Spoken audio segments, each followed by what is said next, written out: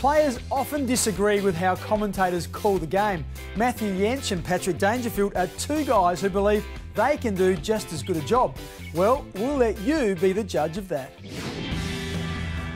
Sandland's down Dangerfield, long ball forward, Walker's underneath it, ball hits the ground, Jenkins, bang! Straight through, back, Eddie Betts in the pocket! No! He has it! He has it! Whoa!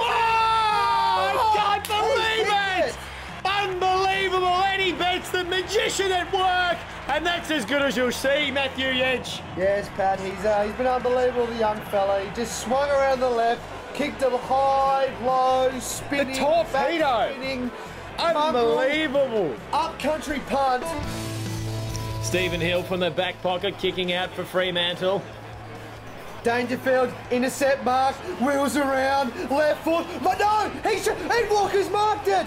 I think he did that on purpose then. Terrific vision from Dangerfield. The talent on the kid, he can just do that. He looked long, he swung his leg through to go long, but in his mind he knew the lad from Moggs has hit an absolute lace-out pass to Walker. You're channeling a little bit of Dermot Brereton there. What he's used is all parts of his football boot. That's why the football boot covers the entire foot, to use every single part of the boot in order to kick the football. Exactly right, Pat, and that's the nature of the boot these days. The player want to have the full Incredible leather, footwear. The incredible footwear, just to have the full, leather around the boot, so you can go anywhere the ball. And just really the importance of having a leather tongue as well. You can't have that synthetic because it can run off any which way from the boot.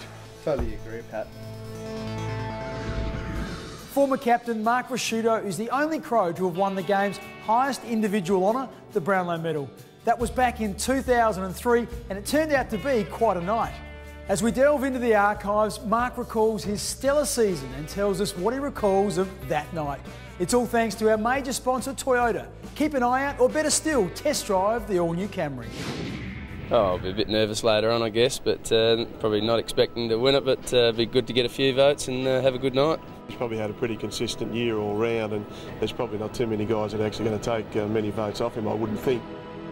Well, we always seem to get into Melbourne about 10 o'clock for a show that starts at about 7 o'clock, so the girls go and get their hair done, their makeup done and their nails done, and the boys go down to the local pub and settle in and have a bit of fun. I thought I was half a chance on the night. I had a reasonably good year, but I didn't get some votes early on, and then all of a sudden they come around and asked if they could mic me up, and they mic'd up about 6 or 8 players, and I thought, oh, what's going on here? And then I got a vote in the last round in the showdown, and yeah, all of a sudden I was up on stage with a Brownlow medal around my neck. Adelaide, M. Ricciuto, 1 vote.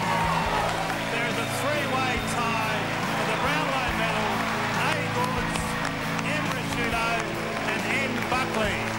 You know, as a kid you always want to win one. You dream of winning one, even growing up in the country, but you never think you're going to win one. And my dad back at Waikerie, who had all the people started coming around to their house that night, and I think he got to bed about 4 o'clock or something like that, and he had to be on the tractor at 6. Yeah, it was really tight, and I remember walking in, I think Bruce McAvaney might have said, could it be a three-way tie? And none of us thought anything about it, but yeah, it was a great night. It really is a dream. I can't believe I'm up here. I'm probably more nervous than I've been for in my whole lifetime, but yeah, I'm bloody glad I won it.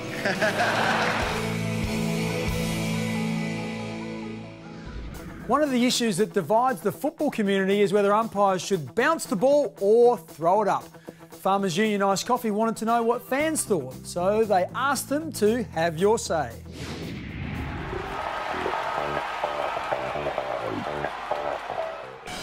Personally, I think the centre bounce and then throw up from that point, as the SANFL have been doing in recent times. I think they should just throw it up. It's just easier. For the tradition of the game, they should bounce it first, and if it doesn't work, then they just throw it up. Probably throw it up. The ball just goes everywhere when they bounce it, so I reckon they should throw it up. Oh, I think I still like it at the start of the game just because it's something different about our game to other games, but I think if we could get rid of it for all the rest of the other parts of the game, I think it's probably not a bad idea. Oh, I can see both sides. I think tradition, throw it ups, bounce is pretty good, but I think to keep consistency, throw it up, I reckon. Still to come, we catch up with the McGovern brothers.